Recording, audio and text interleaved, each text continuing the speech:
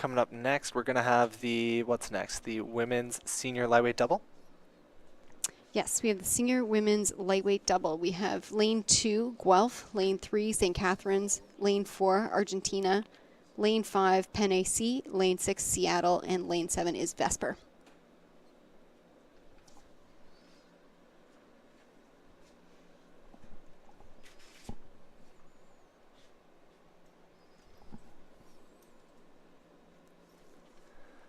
As we wait for the start of this race, I am going to hand off to Mike Petrochenko.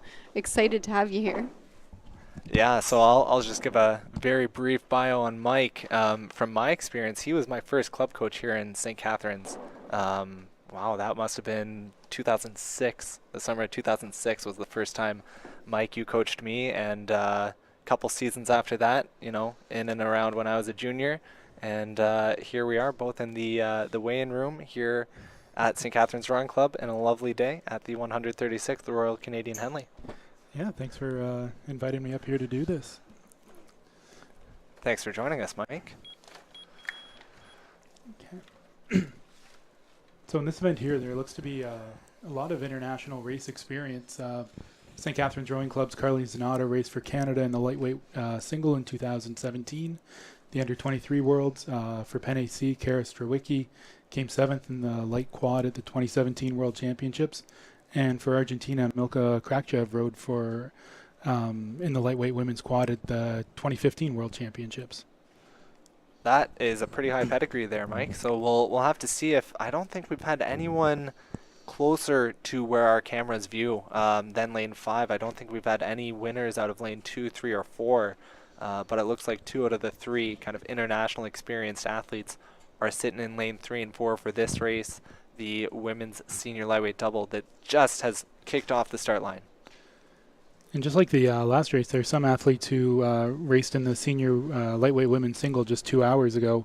Both athletes for Penn AC, Guelph and St. Catharines also had one athlete in their boat racing not too long ago.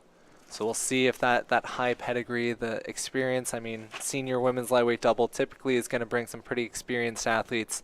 So we'll see what kind of experience they can draw on, the kind of aerobic base that they can fall back on to help them get through this pretty quick turnaround after some previous racing. Looking here as those athletes are crossing that first red buoy that just, they've got that every 250 meters, so they're through the first 250, approaching the 500 meter mark, just looking probably to transition from their high start, the sprint off the start line, getting into their body pace, the kind of rhythm that you want to see through the body of the race. Looks like lane 5, I think, Penn AC doing a really good job, at least on our screen right now, cruising ahead, trying to get their bow ball out. As they approach the 500, we'll be able to see a little more of the rest of the field and see how they stack up. Vesper seems like they might be hanging on. Argentina in lane 4 certainly doing a really good job. We'll see what this looks like through the first 500. And it looks like Penn AC is just inching a little bit ahead. But when you're racing the smaller boats, usually that first 5 isn't as important as really what happens in the second half of the race. People could be sitting back and haven't put as much emphasis into the start. Mm-hmm. It's certainly a lot easier to get that boat speed up nice and quick in the the single, the double, the pair than something like an 8. That's going to take an incredible amount of energy to kind of get that boat speed that much higher and overtake also a longer boat. So you can see a little more play in the positions through the race in the smaller boats. Yeah, the Penn AC, they're coached by Sean Hall, who's a former U.S. national team member and Olympian, who won the men's 8 in '94 at the World Championships. Also raced in the Coxed 4 at the '92 Olympics and the men's 8 in the '96 Olympics and the men's quad in the 2000 Olympics. That is quite the resume there for their coach out of Penn AC. I think it really speaks volumes as to why they're able to be doing so well as they're approaching the 1,000 meter mark in the senior women's lightweight double. Yeah. And even coming out of the semifinals, you could see there was only a second difference between the times for Penn AC and Argentina. So it looks like they were pushed in the semifinals, and now we're getting to see a really tight race between those two boats. You also had St. Catharines about 5 seconds behind Argentina in the semis. That you know what, from what we're seeing so far in this race, that seems to make sense. The athletes that have shown they've been fairly competitive through their semis are coming out here on their final and trying to push up, trying to catch. Looks like everyone's still trailing Penn AC, who've opened maybe to a full boat, not quite open water over Argentina. Yeah, and you have Argentina sitting in second, Vesper sitting in third, and now you're going to see some race tactics here as they start to go past the island. Some crews might have just hit the reset button, and this is where they're going to start to put a little bit more effort into the racing.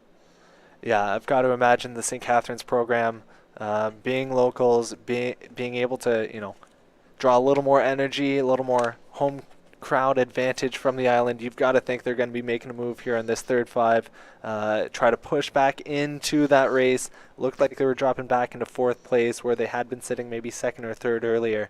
So see if they can try and close in on Argentina and Penn AC and Vesper.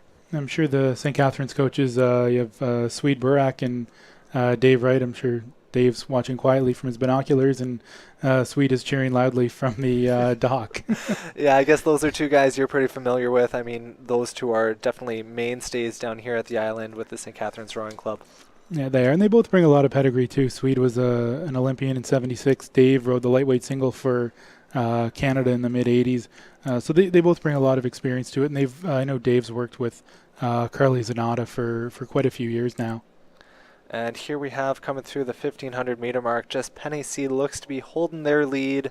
We're going to see exactly what the margin is. I'll get the stopwatch going just as they cross 90 degrees to us. We'll just see, it looks Argentina about 3 seconds back, and Vesper not far behind, and they're starting to leave the rest of the field in their wake. Yeah, it looked like the Penn AC had opened up a bit more of a lead in that third five. Argentina had a bit of overlap at the first five. Penn had opened up a little bit more at the 1,000, and now it looks like Penn has a bit more of a comfortable lead. But as we've seen at some of the World Cups or the Royal Henley Regatta, anything can happen in the last five. Again, as you alluded to before, definitely in the small boats, anything really can happen. We haven't seen too much happen so far today. It has been a lot of get out ahead, stay ahead so far. But, you get these senior athletes, experienced athletes, they can make some pretty exciting races happen with not a lot of race left. Yes, they can, and especially the athletes that have that international experience. They'll be used to this. They know how to pace themselves properly during a race. I think the biggest challenge would be the cross tailwind that they're dealing with right now. Yeah, that's really been a challenge, particularly the close side of the course, the earlier lanes, lane 2, 3, 4. I think they might be getting a little more chop, a little more crosswind, so having just a little more of a challenging time, which is why we've seen so many wins out of lane 5 and 6 so far this afternoon.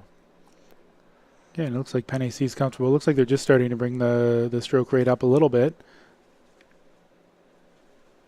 As they've hit the red buoys. They're now in the last 250 meters of the race. Yeah, they're cruising out of 33.5, so really, all things considered, not all that high, but really doing a good job.